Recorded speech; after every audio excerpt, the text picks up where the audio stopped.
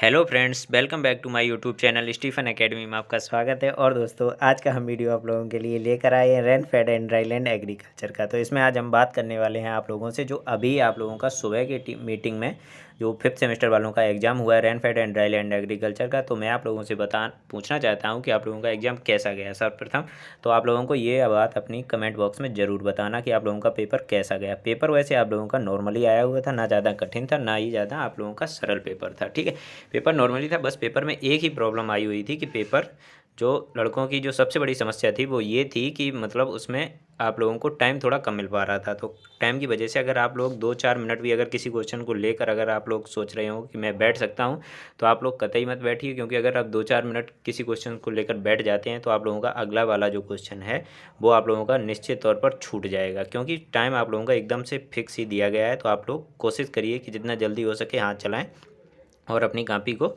अपने क्वेश्चंस को पूरा करें। ठीक है, तो इसमें आप लोगों के पेपर में दिया गया था, देखिए देखते हैं न्यू कोर्स में, जिसका कि आपका लोगों का टाइटल था AG 5001, इसका पेपर कोड था। और रेनफेड एंड ड्राईलैंड एग्रीकल्चर का पेपर हुआ था। आप लोगों का पेपर आप लोगों का 50 नंबर का आता है, सभी लोगों को पता है। और इस बार जो टाइम टेबल बताया गया था इसमें 2 घंटे का दिया गया था।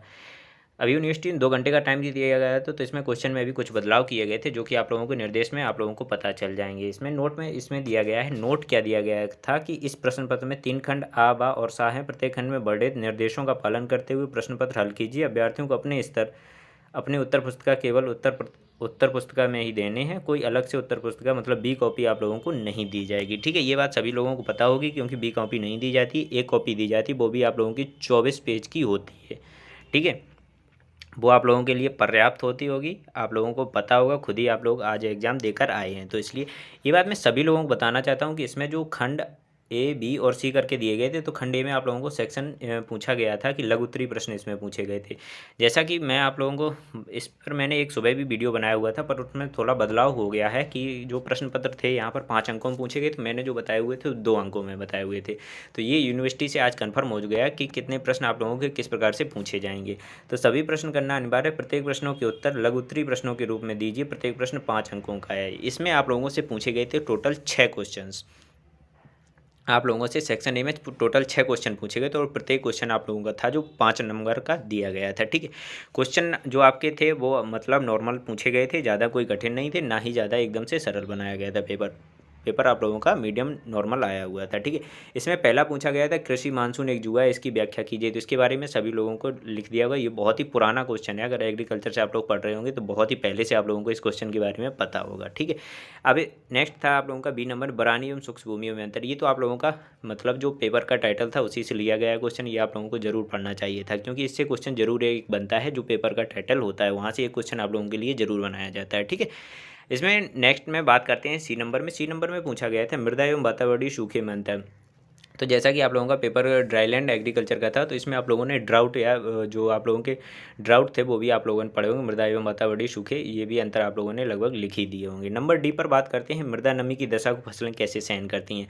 जब मृदा में नमी की दशा अधिक हो जाती है तो किस प्रकार से फसलें इसे सहन करती है। ये भी आप लोगों ने लगभग लिख ही दिया होगा, क्योंकि इसमें ये आप लोगों के सब जो पेपर के टाइटल से ही क्वेश्चन लिए गए थे, क्योंकि रेनफेड से ये रिलेटेड क्वेश्चन था। ठीक है, अब 5वीं नंबर जो आप लोगों से टिप्पणी पूछी गई थी वो क्या पूछी गई, आपातकालीन फसल योजना मतलब कॉन्टीजेंट क्रॉप प्लानिंग। मैंने ये क्वेश्चन आप लोगों को कुछ क्वेश्चन इसमें से आप लोग देख सकते हैं, मेरे पिछले वीडियो मैंने बताए हुए थे, तो वहाँ से क्वेश्चन बहुत ही ज़्यादा आए हुए थे। और आप लोग देख सकते हैं कॉन्टीजेंट फार्मिंग पर मैंने पूरा एक वीडियो बनाया हुआ था। अगर आप लोगों ने पढ़ा होगा तो आप लोग जरूर इसे क्वेश्चन को करके आए होंगे। ठीक है, अगला क्वेश्चन पूछा गया 6वां नंबर, मानसून की देरी से आपातकालीन योजना हेतु उचित फसलें बताई। ये उचित फसलें भी शायद मैंने आप लोगों को कुछ बताई हुई थी, जो कि आप लोगों ने लिख दी होंगी आई होप। तो इस वजह से आप लोगों का पेपर ये यहाँ से आप लोगों को सेक्शन ए आप लोगों का करना बहुत ही ज़रूरी रहता है, और बहुत ही मतलब आप लोग देख के सूझबूझ के साथ करिएगा, क्योंकि इसमें जो 6 क्वेश्चन बनते हैं वो आप लोगों के 30 नंबर के होते हैं। इस प्रकार सेक्शन ए से आप लोगों के पूरे 30 नंबर बनते हैं, जो कि आपको पास कराने के लिए बहुत ही ज़रूरी होते हैं। तो आप लोग सेक्शन ए को बड़ी ध्यान से और सावधानीपूर्वक और स्पीड से लिखते हुए करिएगा, क्योंकि आप लोगों के पास टाइम की कमी हो जाती है। अब सेक्शन बी में बात करते हैं, तो सेक्शन बी में यहाँ बताया गया है कि दीर्घ उत्तरीय प्रश्न लॉन्ग आंसर टाइप क्वेश्चन इसमें पूछे गए थे। और इसमें नोट में बताया गया है कि प्रत्येक प्रश्न उत्तर दीर्घ उत्तरीय प्रश्न है, जिनमें से एक प्रश्न करना अनिवार्य। प्रत्येक प्रश्न 10 अंकों का है। अब इसमें क्या बताया गया था कि जिसमें से आप लोगों को 4 दीर्घ-उत्तरीय प्रश्न दिए गए, इसमें से क्या करना था, एक प्रश्न केवल आप लोगों को सॉल्व करना था। कितना करना था? एक प्रश्न आप लोगों को सॉल्व करना था, जो कि आप लोगों का 10 नंबर था, ठीक है। अब ए नंबर से आप लोगों का लिया गया था 30 नंबर के आए हुए थे, इसके बाद बी नंबर में आप लोगों को 10 नंबर से, इस प्रकार से आप लोगों के 40 नंबर यहाँ से पूरे हो रहे थे। तो इसमें जो आप लोगों को लिखना था, अब जो इसमें सेक्शन ए में जो क्वेश्चन पूछे गए थे 6, ये आप लोगों को 5-5 नंबर के थे। तो इसमें आप लोग एक पेज, अगर आप लोगों ने सॉलिड तरीके से एक पेज लिखा हुआ तो आप लोगों के लिए पर्याप्त रहेगा, उसमें आप लोगों को 5 नंबर पूरे मिल सकते हैं, ठीक है।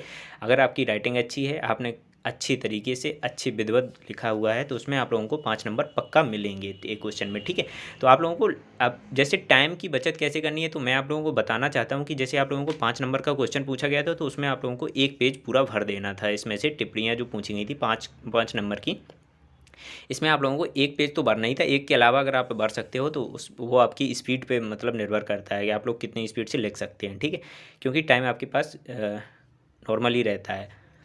इसके बाद सेक्शन बी में आप लोगों से 10 नंबर का क्वेश्चन पूछा गया, तो 10 नंबर में आप लोगों को किस प्रकार से लिखना है। तो 10 नंबर में क्या रहता है, आप लोगों को लगभग 3 पेज लिखने होते हैं, 3 से ऊपर आप जितने भी लिख सकें। अगर आप लोग 3 पेज से कम लिखेंगे तो भी आप लोगों के लिए लगभग मतलब क्वेश्चन में कुछ कमी रह जाएगी, तो मतलब सही नहीं रहेगा वो आप लोगों के लिए। मतलब आप लोगों को कम से कम 3 पेज लिखने हैं, अधिक से अधिक आप जितना लिख सकते हैं वो लिख सकते हैं अपनी तरफ से, ठीक है। वैसे मेरे समझ से 3 पेज या 2.5 पेज आप लोगों के लिए पर्याप्त हो जाएगा एक 10 नंबर के क्वेश्चन के लिए, ठीक है।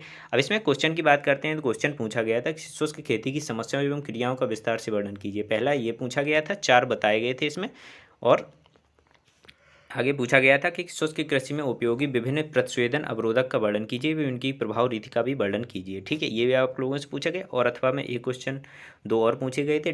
नंबर 4 पे पूछा गया था ढालू भूमियों में खेती के तरीकों का वर्णन कीजिए, और पूछा गया था 5वें नंबर में कि बरानी क्षेत्रों में कृषि विविधीकरण भूमिका का वर्णन कीजिए। शुष्क खेती में मिश्रित फसलोत्पादन विधि क्यों उपयोगी है, ये भी आप लोगों से पूछा गया था, ठीक है।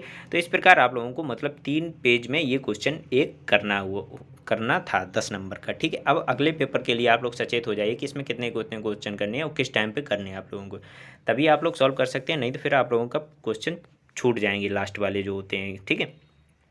अब सेक्शन सी में इसमें बात करते हैं, इसमें दीर्घ उत्तरीय प्रश्न इसमें भी पूछे गए, तो इसमें भी आप लोगों को बताया गया है, नोट में कहा गया है कि प्रस्तुत खंड में 4 दीर्घ उत्तरीय प्रश्न है, जिनमें से एक प्रश्न करना अनिवार्य है। प्रत्येक प्रश्न 10 अंकों का होता है, ठीक है। अब प्रत्येक प्रश्न जो है आप लोगों का 10 अंकों का इसमें बताया गया था। आप लोगों को 10 अंक इसमें से मिलेंगे, तो इसमें भी आप लोगों को क्या करना था कि लगभग 3 पेज का एक आंसर आप लोगों को बनाकर लिखना था। आप कैसे भी आप लोगों को लिखने हैं वो आप लोगों को मैं बता चुका हूँ पहले भी कई वीडियो में। इसमें भी आप लोगों को बता देता हूँ कि जैसे 6 नंबर में ये क्वेश्चन पूछा गया। अब जो बड़ा क्वेश्चन दीर्घ उत्तरीय प्रश्न पूछा जाता है वो किस प्रकार से पूछा जाता है, इसमें खंड करके पूछा जाता है। अगर आप लोग खंड करके इसे सॉल्व करने की कोशिश करेंगे तो काफ़ी अच्छी तरीके से आप लोगों का सॉल्व हो जाएगा। जैसे कि जल समेट प्रबंधन से क्या तात्पर्य, एक खंड ये हो गया।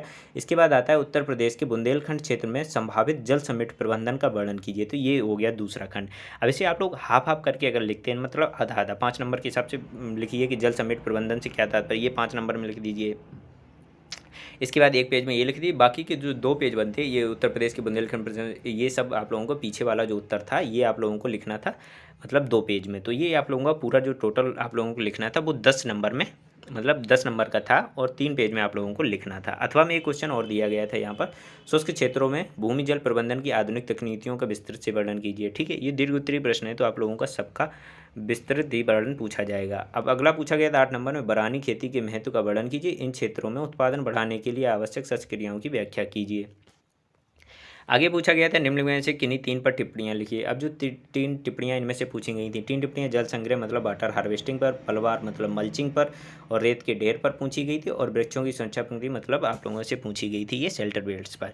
तो आप लोग 3 टिप्पणियाँ इसमें से कोई भी लिखनी थी, और आप लोगों का क्वेश्चन मतलब 3 टिप्पणियाँ पूछी गई, तो एक एक पेज पर आप लोग 3 टिप्पणियाँ लिख सकते हैं, 3 पेज का आप लोगों का क्वेश्चन हो जाता।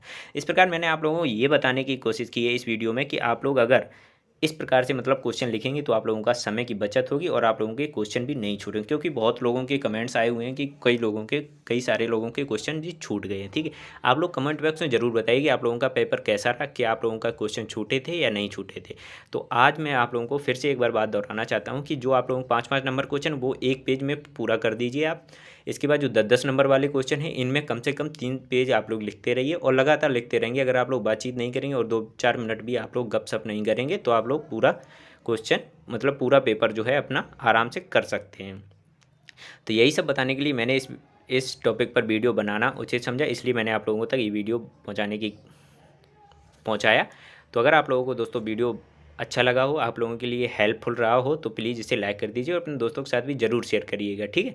और चलिए मिलते हैं आप लोगों को नेक्स्ट वीडियो में नेक्स्ट टॉपिक के साथ। और अगले पेपर की तैयारी आप लोग लगातार करते रहिए। मेरे चैनल पर भी आप लोगों के अगले पेपर के वीडियो अपलोड हुए हैं और कई और भी मैं वीडियो लाने की कोशिश ज़रूर करूँगा आप लोगों के लिए, और ऐसे ही वीडियो आप लोगों को प्रत्येक पेपर में प्राप्त होते रहेंगे, ठीक है। चलिए मिलते हैं आप लोगों को नेक्स्ट वीडियो में नेक्स्ट टॉपिक के साथ। तब तक के लिए धन्यवाद।